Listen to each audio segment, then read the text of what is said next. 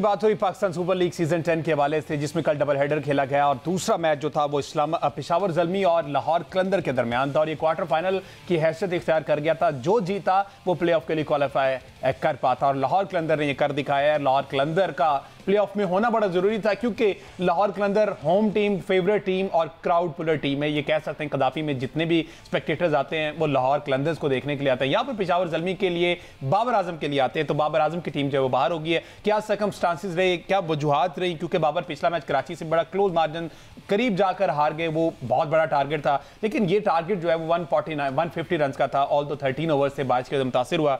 क्या सूरत हाल रही? और कल बाबर ने फिर से टॉस जीतकर पहले बॉलिंग का फैसला किया। तो सलमान भी, पहले तो टॉस पर आप समझते कि ये सही फैसला था? वेदर को देखते हुए क्या होगा कि माइट भी पॉसिबल बारिश हो जाए और इस सिचुएशन को देखते हुए उन्होंने पहले बॉलिंग का फैसला किया?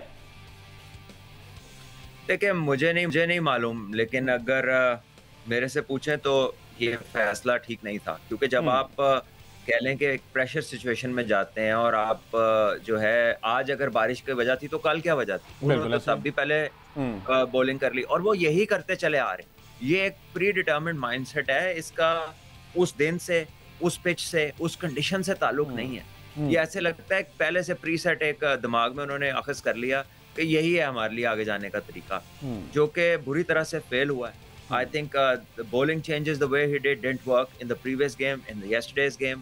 उसके बाद जो उन्होंने जब इतने रन उनके ऊपर बन गए तो फिर इस टीम को तो समझ नहीं लगती कि करना क्या है। आप जरा इनकी बैटिंग तो देखें कि इनको अर्लियर, ये तो पहले 3 ओवरों में सलमान मिर्जा ने मैच खत्म कर दिया था। ऐसे ही है बेसिकली तो पहले 3 ओवरों में इट वाज गेम ओवर, जब उसने साइम को आउट कर दिया, हारिस को आउट कर दिया, बाबर तो आउट हुए। एक गंदा सा गेंद था जिसे शायद वो नॉर्मल हालात में काटिया कवर पे चौका मारते, उन्होंने उसको बस मारा है कि मैं इसको किसी तरह छक्का मार लूं, फ्लैट सीधा लॉन्ग ऑफ के हाथ में गया।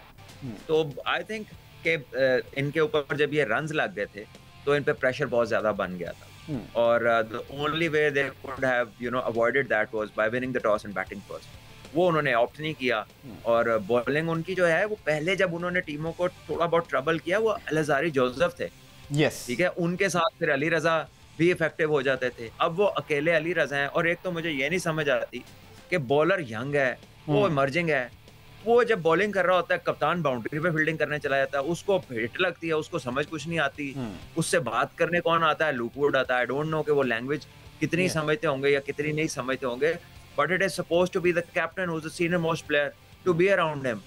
लेकिन वहां पे देखने को क्या मिलता है कि कभी वो लॉन्ग ऑन बाउंड्री पे, कभी मिड विकेट बाउंड्री पे, और अंदर कौन फील्डिंग कर रहा है?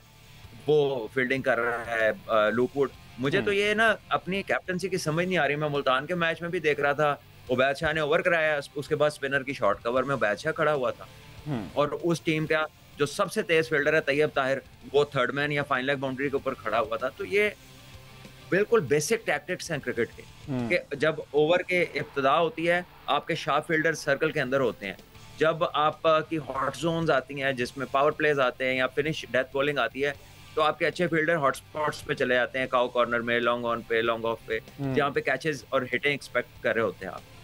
तो ये तो बेसिक कैप्टनसी है, लेकिन वो बहुत ही डिसअपॉइंटिंग है कि इतने साल कप्तानियां करने के बाद अगर यही अभी तक आपकी गलतियां हैं तो गॉड नोज के, मतलब फिर तो वो बात सच्ची है ना, हम तो कब से कर रहे हैं कि कप्तान आप बना नहीं सकते। You have something in you जो डेवलप होती है, अगर वो नहीं है तो आप सारी उम्र लगे रहे, आपको नहीं, आप वो चीज़ नहीं डिलीवर कर सकते। और रिजवान को यूजुअली पाकिस्तान में ये समझा जाता है कि एक अच्छे कप्तान साबित हो सकते थे या हो सकते हैं। हाँ, मैं पर्टिकुलरली रिजवान की बात नहीं कर रहा, क्योंकि I think he is a better captain, he is one of the better people who can captain a side, ठीक है। लेकिन मैं एक बात बता रहा हूँ कि वो कल वहां पर भी वो खड़ा था, लेकिन जहां तक बाबर का ताल्लुक है, डिसीजन मेकिंग देखे ना, 4 ओवर नया बॉल स्विंग हो रहा है, लुकवुड ने 3 ओवर लगातार किए, 12 रन दिए, 2 विकेट ली। दूसरे एंड पे 4 ओवर 4 बॉलरों ने किए, दूसरे एंड पे हर ओवर बाद बॉलर चेंज हो रहा है। तो आप क्या कर रहे हैं? आप किसी को सेट नहीं होने दे रहे। फिर मोहम्मद अली हैं, वो इतनी क्रिकेट खेल गए हैं, उन्हें नहीं पता कि फखर जमान को straight way around the wicket आए। बिल्कुल यार, आप पीएसएल के दूसरे मैच ही देख लो कि खुरम शहजाद उसके साथ क्या कर रहा है, और जो टीमें उसको थोड़ा टकअप करती हैं तो वहां पर वो उसे फिर रिस्क लेना पड़ता है। आप उसे ओवर द विकेट आके उसकी जोन में लेंथ बॉलिंग कर रहे हैं, तो पंजाबी कहते हैं अन्ना की मंगे दो अखा। जब आप उसको उसकी जोन में दिए जाएंगे तो फिर आपको फेंटी पड़ेगी। तो लाहौर की जानिब से जी Fakhar Zaman did it again for the Qalandars, उन्होंने 60 रन की इनिंग्स के लिए, और लाहौर कलंदर की जो पूरी टीम है वो रिलाई करती है फ़खर जमान की ओपनिंग पर। जिस तरह से फ़खर जमान ओपनिंग में एक अच्छा स्टार्ट दे जाए तो वो लाहौर कलंदर का जो टारगेट है वो काफ़ी हद तक बेहतर हो जाता है। तो फ़खर जमान ने भी कल 60 रन की इनिंग्स के लिए 3 छक्के 7 चौके शामिल हैं। फ़खर ने स्पेक्टेटर्स को अपने साथ जिस तरह से इंगेज किए रखा है थ्रू आउट द टाइम, वो दीदनी होता है। हमेशा से एक टीम में कोई ना कोई ऐसा प्लेयर होता है जो स्पेक्टेटर्स की जान होता है। तो मेरे ख्याल फ़खर ये काम जो है, कलंदर में वैसे और भी बहुत से बड़े नाम हैं लेकिन फ़खर ये इस पे लीड कर रहे हैं। देखिए फ़खर बिल्कुल एक ऐसे अंदाज से क्रिकेट खेलते हैं जो कह लें कि शायकीन को पसंद आती है, जो मासेस को पसंद आती है। रिस्क कर रहे हैं, ऊंची शॉटें लगाते हैं, छक्के लगाते हैं, वो लोगों को पसंद आते हैं क्योंकि डिटेल्स ऑफ द गेम जो है वो people are not interested and everybody is not expected to know, so they like Fakhar कि वो एक फ्लेयर वाला स्टाइल है। ऐसे प्लेयर्स को लोग याद भी रखते हैं और उनको एंजॉय भी करते हैं। लेकिन एक चीज मैं यहाँ पे आपको बताऊं कि फ़खर ने 50 रन तक तो बहुत तेज हो पहुंचे, उसके बाद बहुत देर उनसे बाउंड्री नहीं लगी। वो बहुत देर बल्ले घुमाते रहे। जब अहमद दानियाल की बॉलिंग आई, जब अली रजा बाद में सेकंड स्पेल में आए, तो फ़खर बहुत देर उनसे सिंगलें होती रही, वो मारने की कोशिश करते रहे लेकिन उनसे हिट नहीं लगी। यही काम अगर किसी और बैट्समैन ने किया होता तो लोगों ने कहना देखें जी इसको तो हिट नहीं मारनी आती, इसे तो स्ट्राइक रेट नहीं है, इसका ये नहीं, इसका वो नहीं। So this is part of cricket. आपका tempo during an innings change होता है, चाहे आप कोई भी हैं। आप दुनिया के टॉप प्लेयर्स की इनिंग्स उठा के देख लें, जब भी बॉलर्स राइट एरियाज में आते हैं या लाइन ऑफ अटैक चेंज करते हैं या थोड़ा सा सोच के बॉल करते हैं तो फर्क पड़ता है। डजंट मैटर चाहे आप एबी डिविलियर हैं, आप जो मर्जी हैं, वो एक टाइम आता है।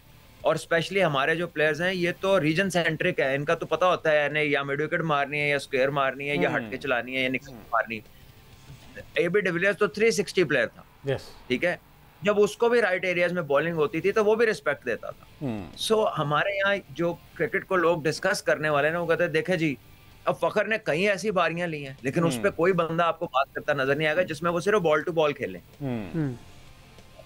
ये चीजें देखनी चाहिए इनको। सिर्फ एक किसी भी एक प्रॉपर बैटर को लेबल कर देते हैं, हट के मारे कोई 6 गेंदों में अंडा कर दे, बुरे तरीके से आउट हो जाए, वो कहते हैं देखो यार ये कोशिश कर रहा था। तो ये बड़ा कमाल है हमारे यहाँ व्यूअर्स का। कल हारिस को भी आप देख लें, वो किसी पोजीशन में ही नहीं था कि वो बॉल और बैट की मुलाकात हो, उसको समझ ही नहीं लगने दिया सलमान मिर्जा ने। हालांकि सलमान का पहला मैच था, मुझे ये नहीं समझ लगा लाहौर ने इसको खिलाया क्यों नहीं। नेशनल T20 का बेस्ट बॉलर है लाहौर। आपने बिल्कुल मल्टीपल टाइम पहले भी इस पर बात की कि इसकी जगह बनती है। एग्जैक्टली, हाँ जी। उसने आउट क्लास कर दिया, ऊपर से ही उसने मैच खत्म कर दिया था। बाद वाले जो बॉलरों ने आउट किए वो तो मेन प्रेशर और विकेट्स और बड़े प्लेयर तो आउट कर चुका था वो। अच्छा, कल नईम ने भी सलमान भी 22 रन की इनिंग्स के लिए एक चांस पहले मिला, तो अभी जो बात हो रही है कि अच्छे बॉल को रिस्पेक्ट देना और उसके बाद समझकर गेम को खेलना। नईम कल भी जल्दबाजी में एक ड्रॉप हुआ, उसके बाद फिर से वो कैच पकड़ा बैठे 22 रन की, या शायद ओवर्स शॉर्ट हो गए हुए थे तो उनका काम यही था कि जाके सिर्फ और सिर्फ अटैक करना है जैसा भी बॉल हो। तो यही कर रहा है वो, कहाँ आराम से खेला है। This is the way he is been asked to play, this is the way he is built to play, ठीक है, और इसी तरह खेलना है उसने इररिस्पेक्टिव ऑफ द सिचुएशन। मुझे नहीं लगता कि अभी जब तक वो कोई तजर्बाकार नहीं हो जाते, कोई 2-3 सीजन नहीं खेल जाते, कि वो थोड़ा डिफरेंट होंगे। मेरा ख्याल है कि वो ऐसे ही खेलेंगे जो आपको नजर आ रहा है उनका यूएसपी। और मैं आपको बताऊं कि हमारे यहाँ आप प्लेयर को क्लासिफाई करने से पहले ये जरूर सोच लीजिएगा कि हमारे यहाँ इतने कैचेस ड्रॉप हो रहे हैं हर मैच में। बिल्कुल ऐसे ही। लेकिन जब आप स्टेज पे जाएंगे तो आपको इतने मौके नहीं मिलेंगे। बिल्कुल ऐसी है। और एमएस साहब ये नईम ने जितने भी मैचेस खेले हैं मासवाई, देखिए मेरा ख्याल है कि कल का मैच में भी देखें उनका जिस तरह से बात की, मालूम ही ये होता है कि उनका रोल ही क्यों ये दिया गया। और कल के मैच में अगर आप डिफरेंस देखें तो वो क्रिएटिव पावर प्ले में 35 गेंदों में 80 रन बना दिए थे लाहौर कलंदर्स ने। और अगर हम देखेंगे 35 गेंदों में 80 रन लगने के बाद भी उनको कंटेन किया 150 रन के अंदर ज़ल्मी ने, तो ज़ल्मी ने कमबैक तो अच्छा कर लिया था। लेकिन जो डिफरेंस क्रिएट हुआ वो ये हुआ कि ज़ल्मी ने अपना पावर प्ले फिर जो है वो आके उस तरह से नहीं खेला जिस तरह से उनको खेलना चाहिए था। जब आप 13 ओवरों में 150 कर रहे हो तो फिर पावर प्ले में आपको 60-70 रन करने पड़ेंगे। तो अनफॉर्चुनेटली मतलब मुझे लगता ही है कि जो डिफरेंस क्रिएट हुआ है वो दोनों टीमों के पावर प्ले में क्रिएट हुआ, और वहाँ फ़खर जमान और नईम है। और नईम को जो रोल मिला है वो यही है कि अगर उनकी विकेट चली भी जाती है शॉट मारते हुए तो भी कोई मसला नहीं, क्योंकि उनके पीछे भी काफ़ी बैटिंग है और ओवर भी कल 13 थे। तो मेरा ख्याल है कि रोल ही उनका ये था।